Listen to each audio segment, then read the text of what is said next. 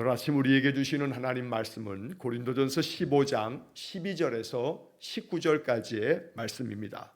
고린도전서 15장 12절로 19절까지의 말씀을 새번역 성경으로 봉독합니다. 그리스도께서 죽은 사람 가운데서 살아나셨다고 우리가 전파하는데 어찌하여 여러분 가운데 더러는 죽은 사람의 부활이 없다고 말합니까? 죽은 사람의 부활이 없다면 그리스도께서도 살아나지 못하셨을 것입니다. 그리스도께서 살아나지 않으셨다면 우리의 선포도 헛되고 여러분의 믿음도 헛될 것입니다. 우리는 또한 하나님을 거짓되이 증언하는 자로 판명될 것입니다.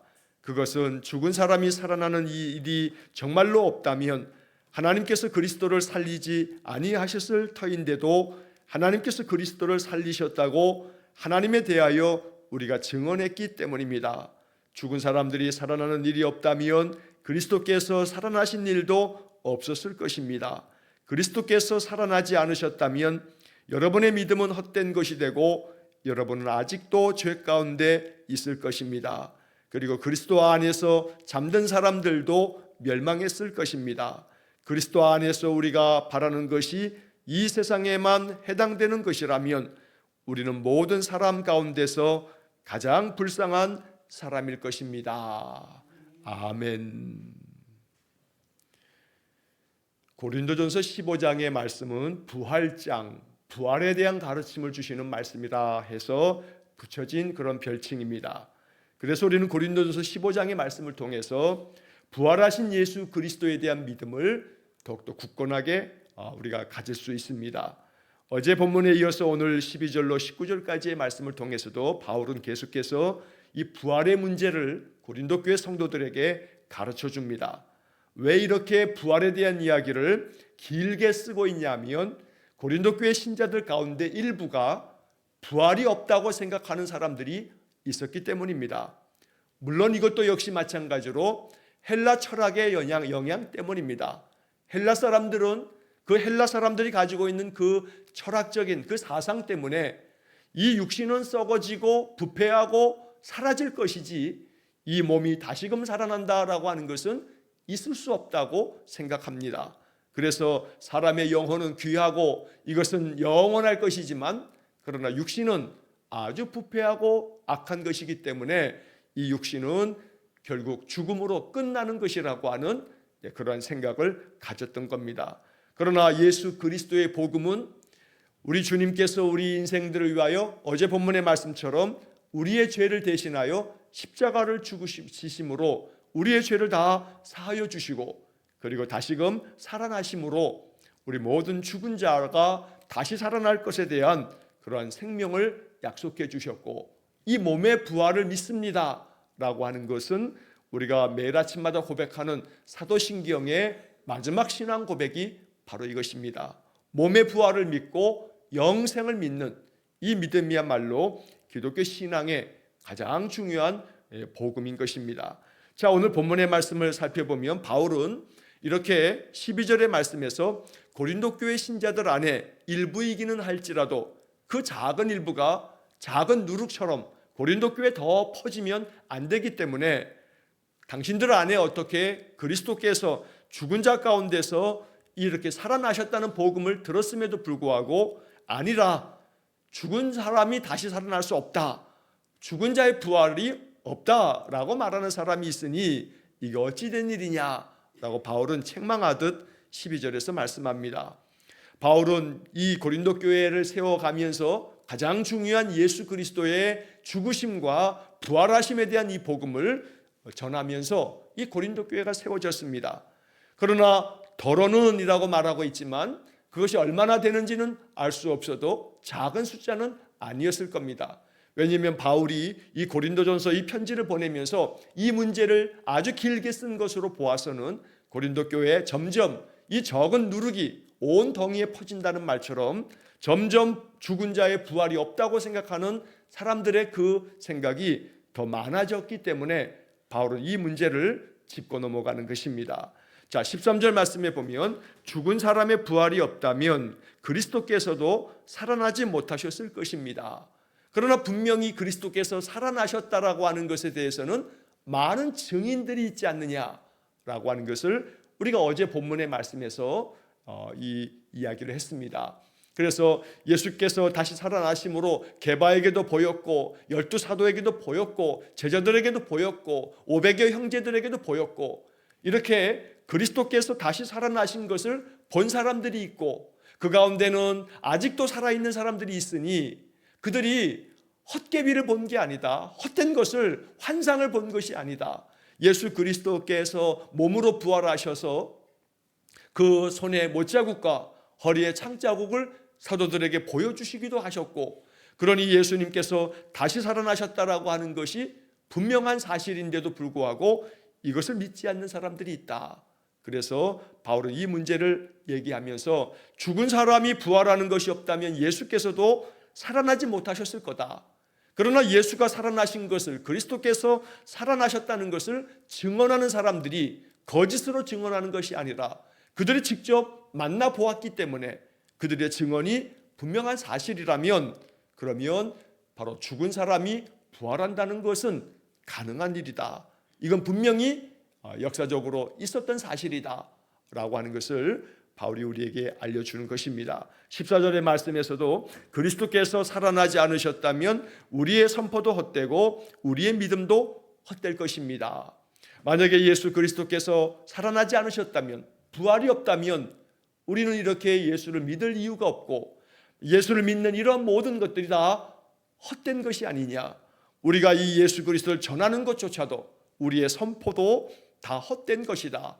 우리는 부질없는 짓을 하고 있는 것이고 헛된 것을 우리가 주장하면서 이렇게 희생당하는 것조차도 얼마나 이것이 어리석은 것이냐.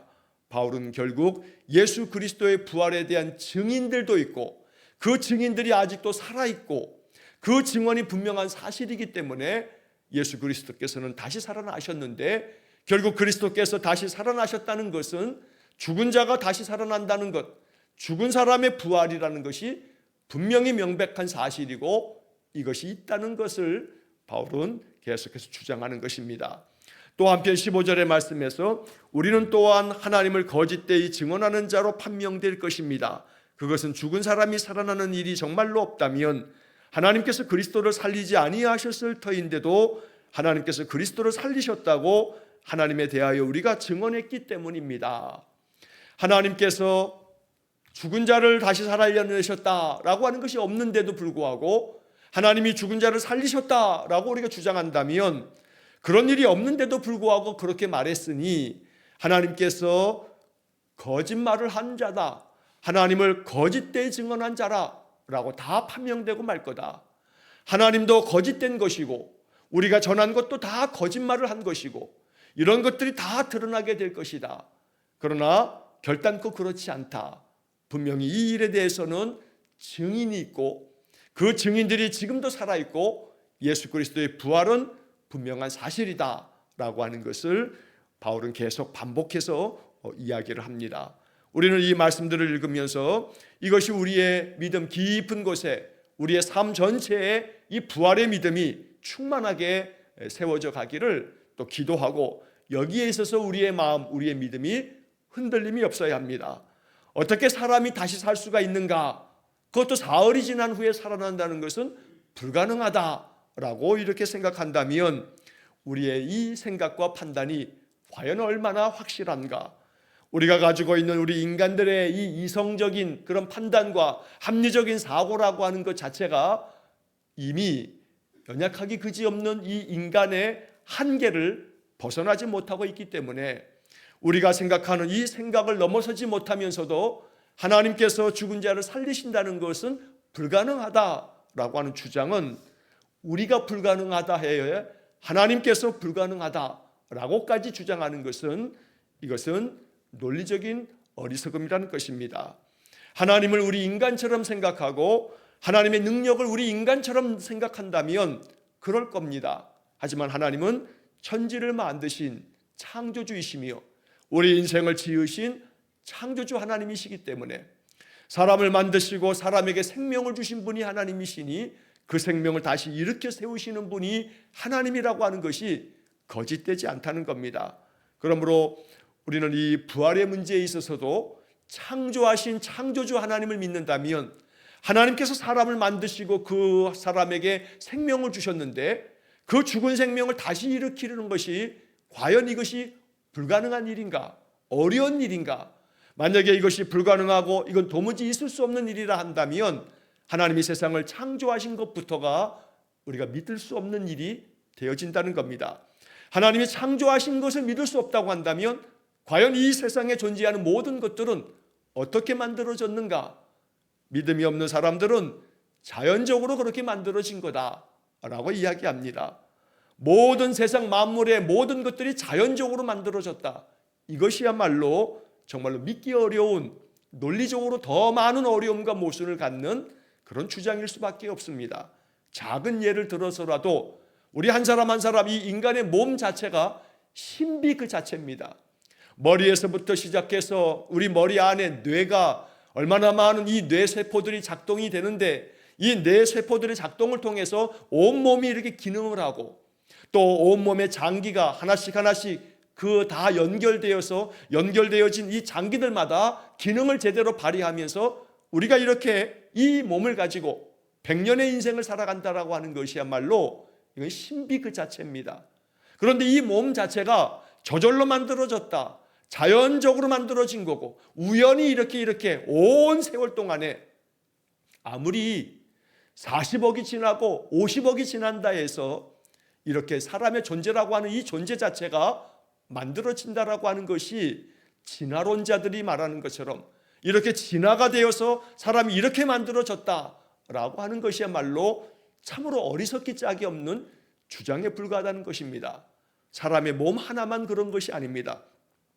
이 세상에 지어진 모든 피조물들을 보면 이 세상 자연 만물에 동물들도 그러하려니와 식물들도 그러하고 모든 이 생명체들을 가만히 살펴보면 그 모든 것이 우연히 만들어졌다든지 아니면 자연스럽게 진화의 과정을 통해서 만들어졌다든지 이런 논리야말로 얼마나 어리석기 짝이 없는 그런 인간의 그 제한된 이성으로 그렇게 만들어낸 가설에 불과한 것입니다.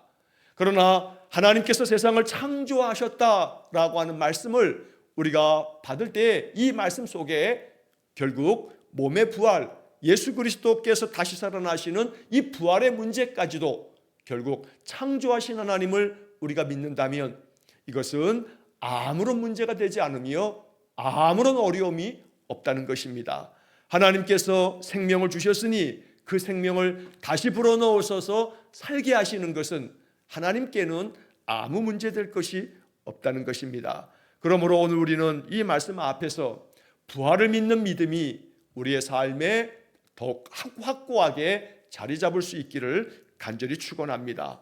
그 부활을 믿기 때문에 우리는 이 땅에서 이렇게 인생을 살아가며 이 육신이 죽는다 하여도 우리 주님 강림하실 때 이 몸의 부활을 믿는 성경의 가르침을 따르는 것입니다.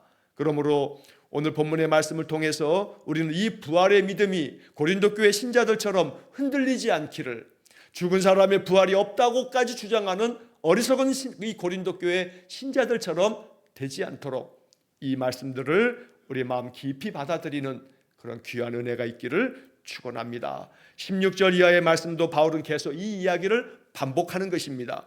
죽은 사람들이 살아나는 일이 없다면 그리스도께서 살아나신 일도 없었을 것입니다. 그리스도께서 살아나지 않으셨다면 여러분의 믿음은 헛된 것이 되고 여러분은 아직도 죄 가운데 있을 것입니다.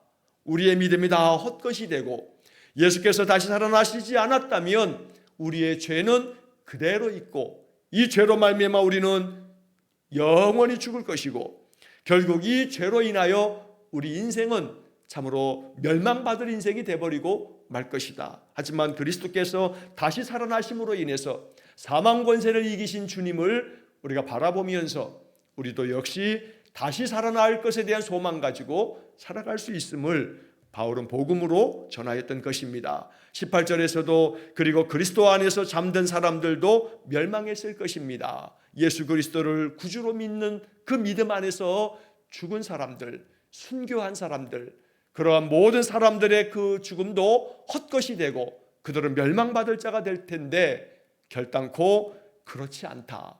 우리 주님께서 다시 부활하심으로 말미암아 우리에게 새 생명의 영광을 주셨다고 바울은 이 15장의 말씀을 통해서 거듭거듭 반복하여 이 말씀을 전하고 있는 것입니다. 19절의 말씀에서 그리스도 안에서 우리가 바라는 것이 이 세상에만 해당되는 것이라면 우리는 모든 사람 가운데서 가장 불쌍한 사람일 것입니다. 우리 인생의 삶이 이렇게 육신으로 살아가는 이것으로 끝난다고 한다면 그러면 우리는 영원한 생명을 바라면서 그 하나님 나라를 본향으로 삼아 우리 인생의 이 나그네 길 같은 인생을 우리 주님의 말씀 붙들고 견디고 이기고 또 소망 가운데 살아가는 이 모든 것이 헛된 것이 되어버린다. 그러나 결코 우리의 믿음과 우리의 삶이 헛되지 않은 것은 예수 그리스도께서 부활하셨기 때문이다. 그러므로 우리가 바라고 원하는 것이 이 세상에만 있다면 우리가 이렇게까지 예수 그리스도를 위하여 더러는 순교의 자리까지 나아가는 것이 얼마나 헛된 일이겠느냐. 바울이 이렇게 이야기하는 겁니다. 많은 박해가 있는 가운데서도 이 믿음을 지킬 수 있었던 이유는 이것이 진리의 말씀이고 이 말씀대로 우리는 이 세상에서뿐 아니라 영원한 하나님 나라에서 영원한 생명을 누릴 것을 주께서 약속하셨기에 바울은 이 약속의 말씀을 계속해서 전하는 것입니다. 이 세상에서도 하나님의 은혜가 있습니다. 그러나 이 세상을 떠나도 우리는 영원한 하나님의 은혜를 누리며 삽니다. 그리고 이 육신 또한 흙으로 돌아가지만 그러나 하나님께서 다시금 살려내십니다. 오늘날 사람들은 그렇게 말합니다. 옛날 같지 아니하고 옛날에는 사람을 죽으면 매장하는 장례의 문화를 갖지만 지금은 화장을 하지 않느냐. 더러는 그 화장을 하고 난 다음에 작은 그 가루, 그 분골한 모든 것들을 뿌리지도 않느냐. 그렇게 뿌려진 그 모든 우리 육신의 이 육신의 마지막 흙이 되어버린 것들이 어떻게 다시 새 몸을 입을 수 있느냐. 매장이 되었던 거라면 뼈가 고스란히 있으니 하나님께서 다시금 그 뼈를 세워서 에스겔이 보았던 환상처럼 그렇게 몸의 부활이 있을 수 있다 하지만 화장을 하고 화장한 그 분고란 그 유해를 다 뿌리고 나면 이것을 어떻게 다시 일으키겠느냐 라고 말하는 그런 사람들이 그렇기 때문에 몸의 부활은 있을 수 없다. 화장을 하는 이 문화로 장례를 치르고 나면 몸의 부활을 어떻게 이룰 수 있겠느냐라고 이렇게 말하는 그런 이들도 있습니다. 그러나 그것은 말씀드린 것처럼 인간이 가지고 있는 이 한계, 인간이 생각할 수밖에 없는 그 제한된 그 생각 속에서 그렇게 판단하는 것일 뿐 하나님께서 우리를 다시 살려내심의 그 능력이 결코 화장을 하여서 분고를 하고 그걸 다 이렇게 뿌렸다고 해서 몸의 부활은 그래서 불가능하다라고 하는 것조차도 결국 인간의 짧은 논리에 불과할 뿐입니다. 하나님께서 우리 인생을 만드신 것조차가 신비요. 하나님이 이 세상의 모든 것들을 존재하게 만드신 것이 하나님의 능력이라면 없는 것에서부터 있도록 무에서 유를 창조하신 하나님이신데 없는 상태에서 있도록 만드신 분이신데 우리의 이 유해가 다 사라져버려서 없지 않느냐 하여도 없는 것에서 있게 하신 분이시는데 있던 것이 사라졌다 하여 다시 있게 만드는 것이 불가능하다라고 하는 것은 인간의 얕은 그런 논리일 뿐인 것입니다. 그러므로 우리는 창조라고 하는 것이 무에서부터 없는 것에서부터 유를 창조하신 그런 창조임을 믿는 것이 기독교 신앙입니다. 그러므로 부활의 문제도 마찬가지입니다. 하나님께서는 사망 권세가 아무런 문제가 되지 않습니다.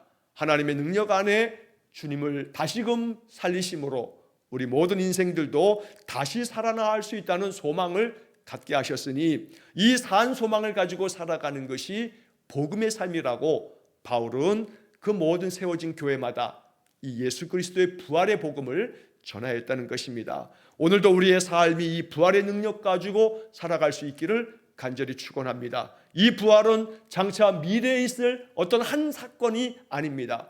날마다 이 부활의 믿음을 가지고 살아갈 때 오늘도 하루를 시작하면서 주님 내 마음을 다시 일으켜 세우시고 죽었던 내 영혼을 다시 깨워주시고 죽었던 나의 소망이 다시 살아나게 하시고 그래서 오늘 하루도 나의 마음에 부활의 능력이 가득한 삶이 되게 해주십시오. 이렇게 기도하면서 이 하루를 살아낼 수 있기를 간절히 축원합니다. 부활은 날마다 나의 일상 속에서 경험되어져야 할 하나님의 능력입니다. 그러므로 끊임없이 부활의 능력 속에서 하루하루 내게 주어진 일상의 모든 삶을 능력 있게 잘 감당해 갈 수 있기를 간절히 축원합니다. 그것이 우리의 믿음이요 우리의 신앙 고백이 될 수 있기를 주의 이름으로 간절히 축원합니다. 기도하겠습니다. 자비로우신 아버지 하나님, 예수 그리스도의 부활을 고린도 교회의 신자들이 믿지 아니하여 부활 신앙이 흔들리고 사람이 죽었다가 다시 살아나는 것이 없지 않느냐 주장하면서 고린도 교회 신자들이 흔들릴 때에 고린도서 15장 이 말씀을 통해서 예수 그리스도의 부활은 분명한 사실이요 이 부활에 대하여 증인들이 있으며 부활의 능력이 있음을 바울이 선포하고 있으니 이 선포된 말씀들이 우리 마음 심령 가운데 깊이 새겨지고 우리 역시 몸의 부활을 믿는 그런 믿음의 사람들 되게 해 주옵소서. 또한 우리에게 주어진 일상의 모든 인생 속에서도 이 부활의 능력이 우리로 하여금 다시 우리 심령이 일으켜 세워져 날마다 새 생명의 은혜를 누리는 복된 삶이 되게 해 주옵소서. 오늘도 한날의 삶 부활하신 주님이 내게 부어주실 하늘의 능력을 힘입어서 이 인생의 삶 잘 감당해내는 복된 하루가 되게 해 주옵소서. 모든 것을 주님께 의탁하오며 예수님 이름으로 기도하옵나이다. 아멘. 우리 구주 예수 그리스도의 은혜와 하나님 아버지의 극진하신 사랑과 성령의 교통하심이 부활을 믿는 이 믿음이 우리의 일상의 모든 삶의 능력이 되어 부활하신 주님과 함께 늘 날마다 승리하는 삶을 살아가기를 소원하는 머리 숙인 귀한 성도들 위해와 저들 가정과 온 가족들 위해 영원토록 함께 하시길 축원하옵나이다. 아멘.